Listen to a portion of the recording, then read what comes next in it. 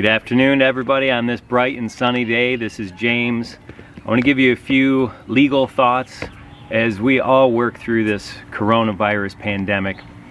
There are lots of challenges out there, and I know that there are many well-meaning government officials, governors, the president, other state, county officials who are doing their best to help end this pandemic. It's a struggle for all of us. We're all trying to work together to bring this to an end. But it's important in the midst of this crisis that we all remember that there are fundamental constitutional rights that we all share. The fundamental bedrock, foundational legal structure that the founders of our country put together to protect against abuses by government officials, be they well-intentioned officials or malicious. The purpose of the Constitution is to be that solid foundation and structure of our country that no other law, that no other government or executive order can undermine or can destroy. And these are constitutional rights that we all enjoy. So as we continue to work through this pandemic, I want you to think about just a few of these fundamental constitutional rights so you understand that you have them whether there's a medical crisis or not, and so that you can be sure to protect yourselves, your family members, your loved ones if you feel that there is any sort of government abuse of these constitutional rights. The first one I want to talk about is the fundamental right to association. The right to gather with other people is fundamental to our Constitution. It's one of the things that the framers of our Constitution themselves enjoyed when they were under threat of attack by the British Crown for things like treason or sedition.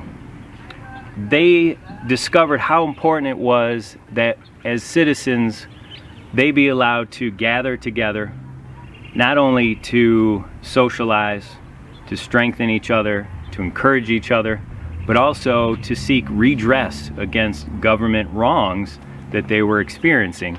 So that fundamental right to association is key to our society, to be able to have civil discourse among individuals and groups in order to work towards the common good of everybody. That's the first one. The second fundamental constitutional right is freedom of speech. Okay, we all have heard about the First Amendment, the right to speak freely and not be afraid that a government official will shut you down or punish you for saying something that either isn't popular or that may not be appreciated or liked by the government official who may be on the receiving end of whatever the speech might be. You and I, as citizens of this country, all enjoy the freedom of speech, and that includes the ability to speak out against government officials who may be imposing government orders that are either too strict, that are challenging our way of life and threatening not only our economy but our families. And in order for the civil discourse among government leaders and the citizenry of the country, we must protect the right to freedom of speech, even in times of crisis like what we're going through. The third fundamental constitutional right is the freedom to practice your own religion, religious liberty.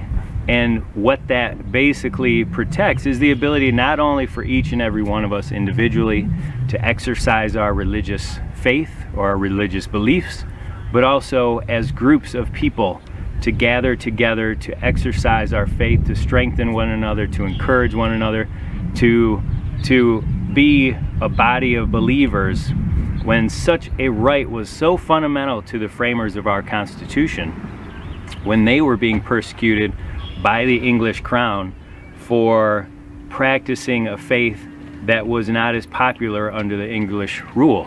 They wanted freedom from tyranny, from government that prevented them or tried to stop them from exercising religious freedom.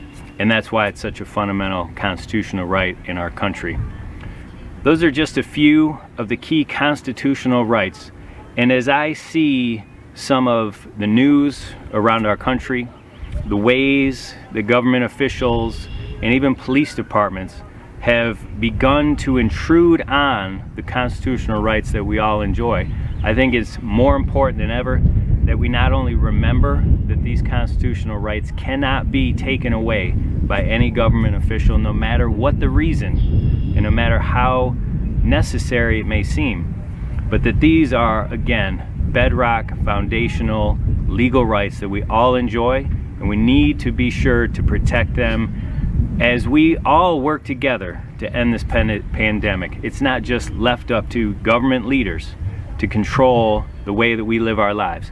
It's up to all of us to exercise our freedoms so that we can do a better job to end this pandemic, and to do it in a way that respects each and every person's dignity and fundamental constitutional rights.